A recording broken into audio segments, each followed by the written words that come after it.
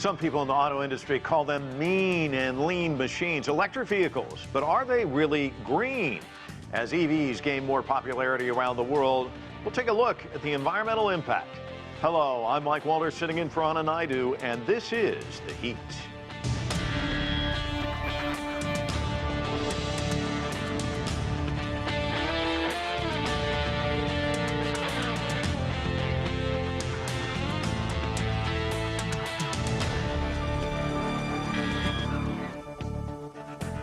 They are super fast with great acceleration. Electric vehicle sales in 2021 are surging in China, but slower in the United States. There are concerns among consumers about limited driving range, long lines for recharging, and, of course, the price tag. Nevertheless, governments around the world believe zero-emission cars are the way to go, especially in light of the climate change issue. Are we on the verge of an electric revolution? Mark New has our story from San Francisco.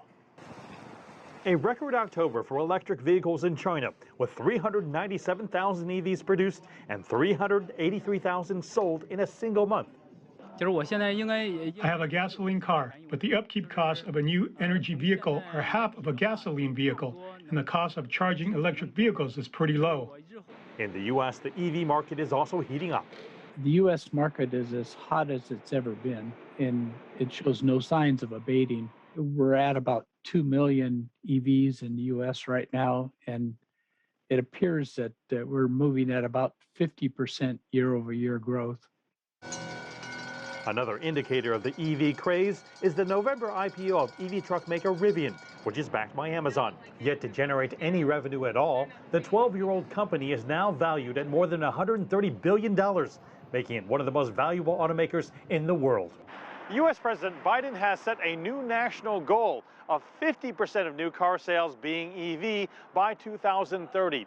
And now with the passing of the trillion-dollar infrastructure deal, $7.5 billion is expected to go toward installing EV infrastructure across the country. That will take time and planning, areas where China may have the edge. China's, I think, by all accounts, ahead. Both in having, I think, done more innovation and trying to think through different models of what charging should look like. Building EV infrastructure in the U.S. is a daunting task because in this case, you've got a big chunk of federal money coming down, but all that money has to be spent at the local level, and the local folks control all of the details. They'll control the permitting, they'll control the hiring means. It's the devil is definitely in the details. Coates says Biden's appointment of former New Orleans Mayor Mitch Landrieu to oversee implementation of the infrastructure plan bodes well for dispersing money through the right local channels. Auto technology analyst Thilo Kozlowski says major investment in the EV space will open the door for job creation and innovation. The market opportunity that if you replace all internal combustion engine vehicles over the next decade with battery-powered vehicles, that is huge. That is similar to the invention of the automobile when horse and carriage were replaced by the automobile. Kozlowski says EV infrastructure is one area where it's vital for the U.S. government to step up its game in order to remain competitive with regions like Europe and Asia. Mark New, CGTN, San Francisco. Well, we have a lot to discuss, so let's get right to our panel. From Seattle, Ashley Knapp is the founder of AutoAdvisor.com. On the East Coast in New York, Wang is the principal analyst and founder of Constellation Research. Joining us from Shanghai, Raymond is a partner at Bain and Company, a global consultancy. And from Beijing, Andy Mock is a senior research fellow at the Center for China and Globalization. I want to welcome all of you to the broadcast. Raymond, why don't I start with you, and let's kind of talk a little bit more about China, the market there. Mark pointing out it's on fire. Give us a scene setter. What does it look like there in China as far as EVs? Yeah, the EV market is really taking off as we have launched a number of reports and projections in the last 2 years. We continue to beat and overachieve in terms of the target in China. I think it is actually boosted both from both the supply and the demand side. I think more noticeable difference this year is the customer acceptance, right, to all the new great products that has been launched to the market, and also the great build of the infrastructure really get this market into an inflection point, right, that people really does see an EV to be a better or a good alternative to ICE cars. So that takeoff is very solid, and we are seeing that growth, the growth growing very strong. We are expecting at this moment, standing at 2021, we are already seeing roughly 15 to 17% penetration of all cars sold be EV, both BEV and hybrid. And we expect that numbers to go above 25% and even as high as 30 to 35% by 2025. And then by 2030, we would expect that half of all the EVs to be sold in China will be half of the market. Interesting. Ashley, here in the United States, we heard in the report, things growing, but certainly not as robust as what we're seeing in China. Talk to us about what we're seeing here in the United States. Well, we're seeing much slower growth, but during the pandemic, we had fantastic acceptance of electric cars. You know, people saw this clean capsule, and although electric cars are not green and do not solve the pollution problem, they solve a portion of it, the fact is that America really swung that way. We are selling, I mean, in the United States, every single electric car possible is being sold, and it's not being pushed. It is great demand, great desire. That will continue. I think we're not looking at the market penetration that is in China. And I think there's much more push and desire there and many more producers there. But I think in just a couple of years, we'll be seeing Chinese cars here in the United States, and they'll be eaten up quickly. Ashley, there was this documentary back in 2006 by Chris Payne. I'm sure you saw it, Who Killed the Electric Car? And in it, he talked about the popularity in California. People were leasing electric cars, but when it came time, when the lease ran up, they could, in most cases, you can buy the car, but that was not the case there. They had to return them. And basically, what he posited in the film was that the auto industry just did not want this to take off. I'm wondering if that had not been the case, if there wasn't an effort to sabotage it, where might the United States be right now when it comes to EVs, do you think? What a wonderful question. The EV1 was a wonderful car. I was in it from the beginning and studying it and saw a great hope for our country, but as well as the world. Everybody accepted it. No one complained about range problem. Let me tell you when we knew there was the death of this vehicle. It was when they decided you could not own it. There was no ownership pride, and that was the failure of the EV1. The federal government and the California government gave way not to force automakers to produce the electric cars that they should have produced. So that really was the death of the electric car, was the lack of ownership in one area and then the government giving up in another area. But other than that, the electric car has been perfected for decades. Incidentally, at the New York Auto Show, about 1917, there were 1/3 electric cars, 1/3 steam cars, 1/3 petroleum cars. Let's have more electrics. So, Ray, I saw you shaking your head on this. I mean, do you also think about where the United States might be positioned if they hadn't taken that tack? I mean, automakers definitely did not want, and there were others who were kind of pushing back against EVs back early on there. You know, it's more than the petroleum industrial complex that's against it. It's really the dealers and the dealer network, because a lot of these electric vehicles don't require a lot of service, right? That's why Toyota's pushing the hydrogen cars more than they're pushing electric cars. That's why every dealer is really worried about the model. I've had 5 Teslas since the early beginning, 2012. I lit up the charging network from Northern California to Southern California on the first run right before Thanksgiving. The problem wasn't that. The problem is the fact that they are worried about the fact that you're not going to go in for service. There's not going to be the service revenue. There's not going to be that continuation. I barely go in for any kind of fixes for anything on the Tesla other than wipers and my tires.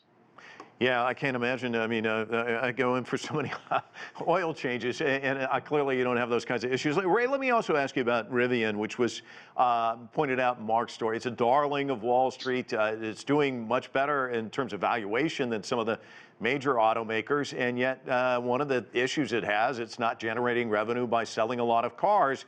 Is that basically people on Wall Street laying down their bets on the future of EVs, do you think? I mean, what can we read into that?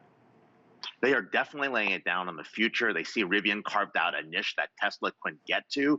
They're going to deliver about 1,000 cars, but the combined market cap of Rivian up until like today, we had a little drop, was almost bigger than Ford and GM combined, because they know that that future is there. You see a mandate that's going on in 2035 in California to get rid of like ICE cars, diesel vehicles, and they're thinking that there's going to be more mandates, and along with the infrastructure bill, that's where the push was. But the R1T is a pretty amazing vehicle, and then of course the Amazon ownership and the Ford ownership on the back end for the electric vehicles, the 100,000 vehicle order on the back end is also helping them. And then of course you can't talk about electrics without also talking about Lucid in that market. But you got to keep in mind, the EV market is very different for Lucid and Rivian than when we talk about Tesla. Tesla is a completely different play. It's not a car manufacturer. It happens to sell cars, but it's in the electrification game.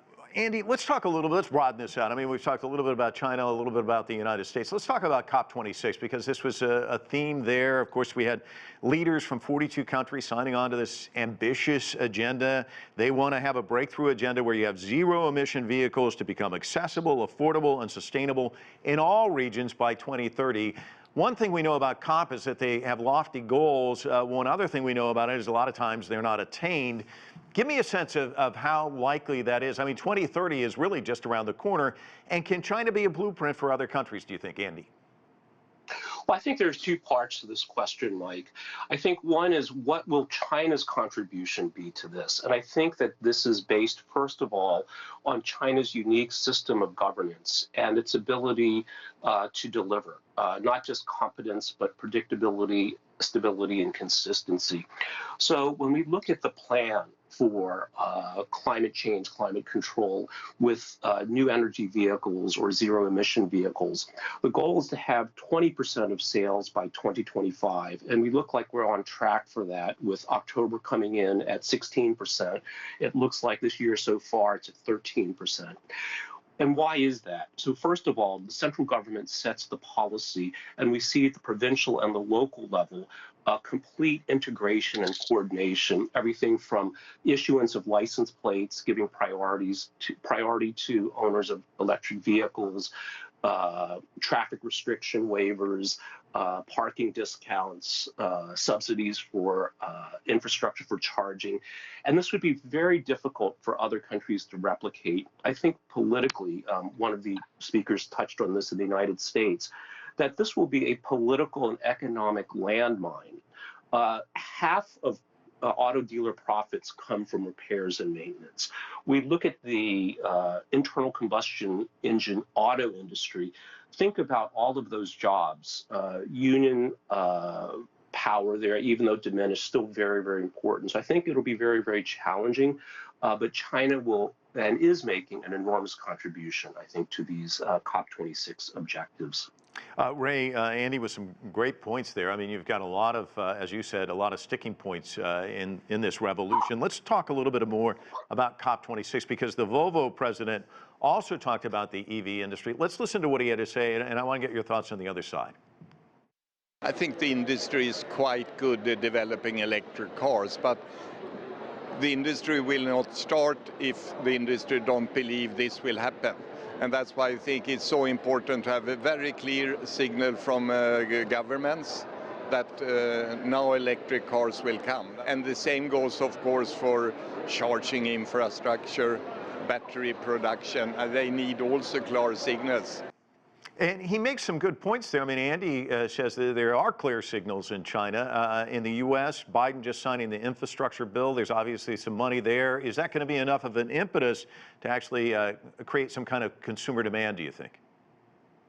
I definitely think so. I think there's going to be consumer demand, but the consumer demand we're creating here is market-driven, less so central government control, and that's driving it. But what I'm more worried about is how much lithium needs to be mined. How much do we actually have to do to create battery production? Is that much more detrimental to the environment at this pace than if we were actually to slow down the pace a little bit and ease that transition? Because that's where I'm worried about, because the mining is destructive, the ability of making those batteries is destructive. We actually have to do a cost-benefit analysis to see, is this really better than what we're doing on the ICE thing? Now, I love electric vehicles. I'm definitely a fan. I actually see the opportunity. But if the whole world does this at the same time, we might not be able to get to those goals, and we might not actually be addressing the climate change issues that we're trying to get to.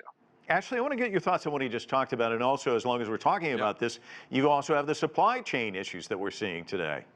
Well, we see that, but the supply chain is getting reorganized. But also, it's very important to understand electric cars require almost zero maintenance, and they're not zero pollution. We have to stop calling these cars clean cars, green cars, or zero emissions. We just need to understand that it's another step in a better direction. But also, we're not looking at how many BTUs does it take to build an electric car. We're not looking at the reusability of all the components of an electric car. We need to look at this. Right now, it looks to me like an internal combustion engine takes less BTUs to assemble and build, and then is actually more reusable when it is done. We must bring this kind of technology to batteries so that they can be used easily. Also, there is an argument and a big push by many automakers to go to hydrogen because it will create more business for dealers and create an old gasoline situation. We cannot be producing hydrogen in any other way than electrolysis, because hydrogen can be polluting if we're making it in a polluting fashion. So yes, electric cars can be more polluting than gasoline, but no one has measured this yet. We need a little more production. And of course, in the United States, everybody's wanting an electric car now. It is market driven. There is a desire for people, but many other countries are pushing, pushing, pushing. We've got a market. Americans want it. Ashley, let me ask you about what we're seeing too recently. I guess it was just last month that Hertz signed this deal with Tesla. And Tesla has this belief, and I think Ray would contend that it's a good one, that if you get behind the seat of the car, you put your hands on the steering wheel, you fall in love, it's a sale. And once they start renting these cars with Hertz, that's the concept, that people are going to fall in love with these cars, they'll start buying them. One of the things that's interesting about the Hertz deal, though, is it's not just in places like LA or New York where you probably find people who are like, oh, I want to have an electric vehicle. They're also in red states. You're going to find them in Austin, Nashville, Atlanta. Talk to me about this. Is this going to be much of a game changer, do you think? Yes, I think it will. You know, many people actually rent the car they'd like to buy or want to sample and enjoy it. But the interesting thing is the internal combustion engine has a certain zoom zoom and a room room and a racing to it and a lot of loud noise. And electric cars are beautifully quiet. So the question is, can we race electric cars? Can we win people in that? Is there an industry there, or is that over with? Are we looking at a different kind of racing or comparison or amusement? But I will tell you, this Hertz is a game changer, and I think we're going to see great acceptance of electric cars across America. It will be the envy. It will be like designer clothing. Everybody seems to want it. All the movie stars are driving them. It's already there. We're pulling in that direction. The idea is to keep it green and clean, which it is not now. And then the dealer organization has got to change. They've got to rely on less repairs, less mechanics, and then the price has got to come down of cars. I don't think it's going to, but it's got to, because electric cars are less expensive to build than gasoline cars in the long run. Andy, you were talking about all the levers that the government's pulling in China, and that other countries won't be able to replicate that. But one of the problems that China has, and you know this, is coal-fired power plants, and this is one of the complaints that you hear about electric vehicles. Well, they're electric, yeah, that's great, but as far as the environment, if you're actually having to get your electricity and it's generated by a coal power plant that's also polluting the air, what can China do in regards to that? Because that's a real issue, isn't it?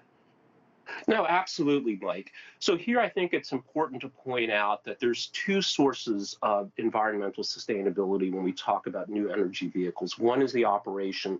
The second, as one of our guests talked about, is the production. In terms of the operation, it all really depends on where that electricity comes from. So you're absolutely correct to say that it could be more polluting if all of that electricity comes from coal, and dirty coal in particular. But as we are also in parallel moving to a world where coal is much less important, and we have to see how long we get there. There's, of course, an enormous developed country schism in regard to how we get there. But I think the end point is clear. So this means that NEVs really are the path forward in electric vehicles from an operation perspective.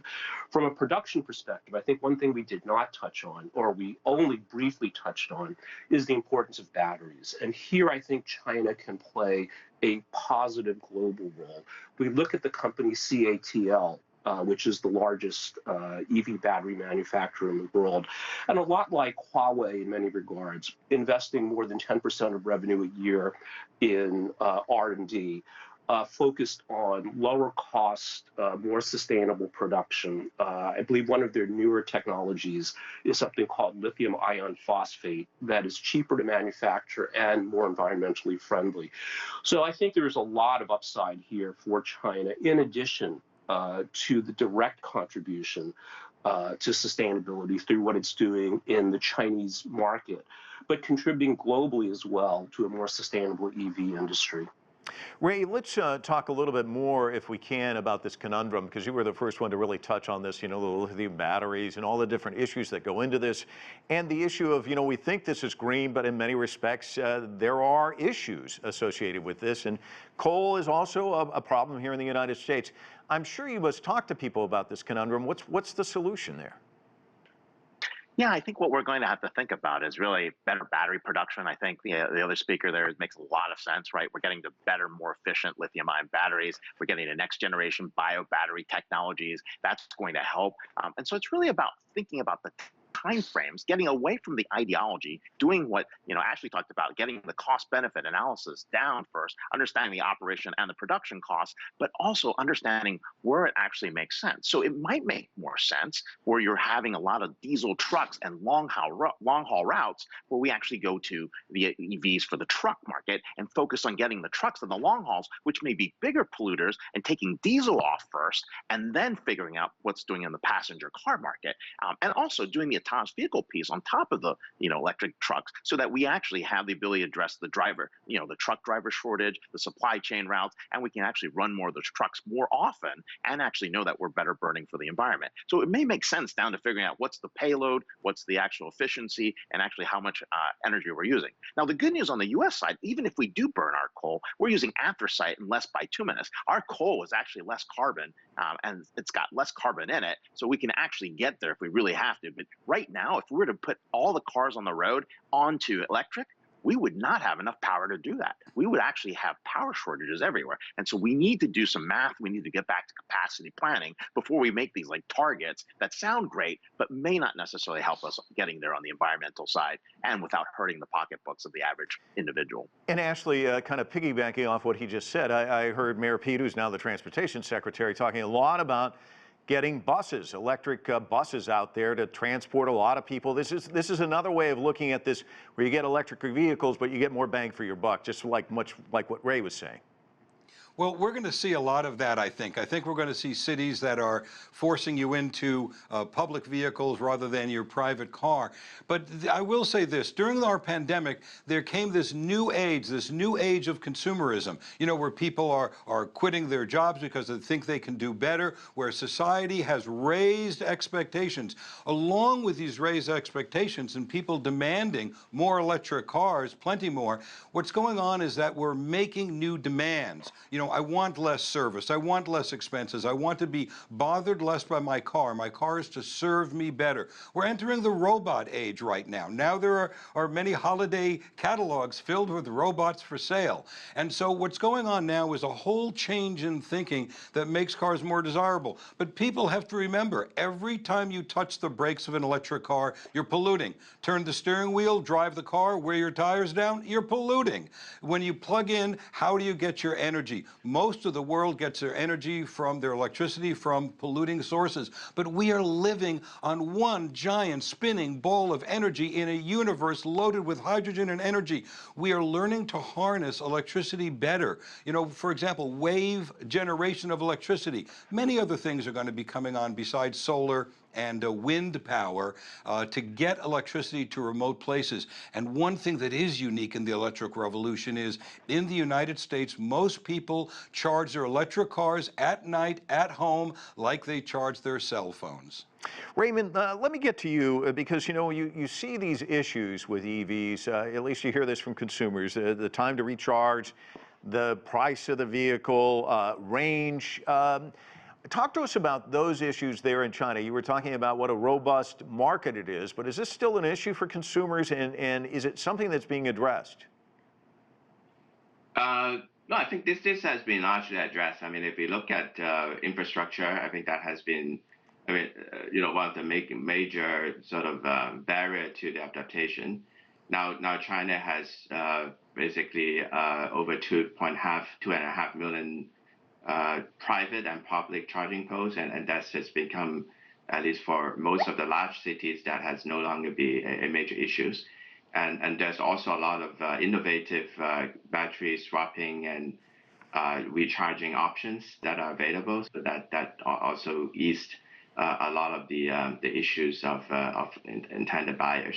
In terms of cost, right, this cost is really coming down. I think we are looking at battery cost, less than $85 or $90 of kilowatt per hour.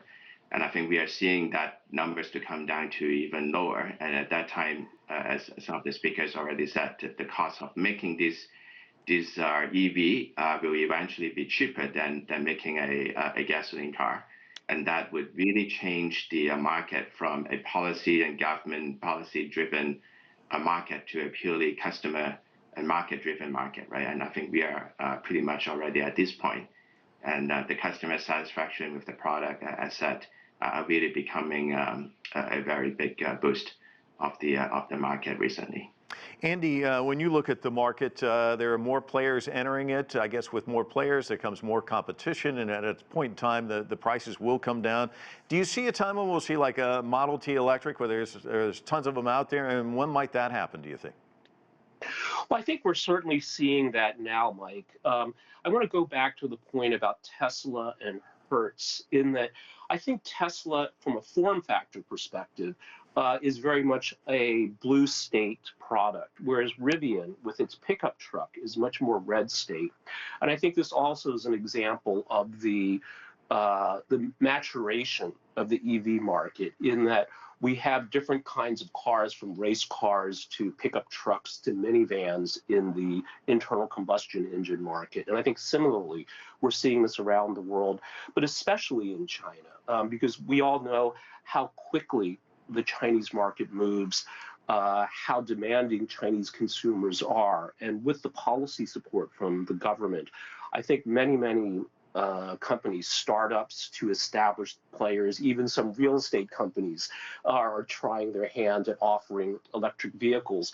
And I think what this means is that there are niches emerging based on customer psychographics, usage needs, and we really are seeing 100 flowers bloom. Yeah, it's a fascinating time, no doubt about it. Gentlemen, thank you so much. Some great insights. It's been a great conversation. Thanks again. That's it for this edition of The Heat. The conversation continues online. Join us on CGTN America's Facebook page to comment on this or any other show, or chat with us on Twitter at CGTN America. I'm Mike Walter in Washington, D.C. Thanks so much for being with us.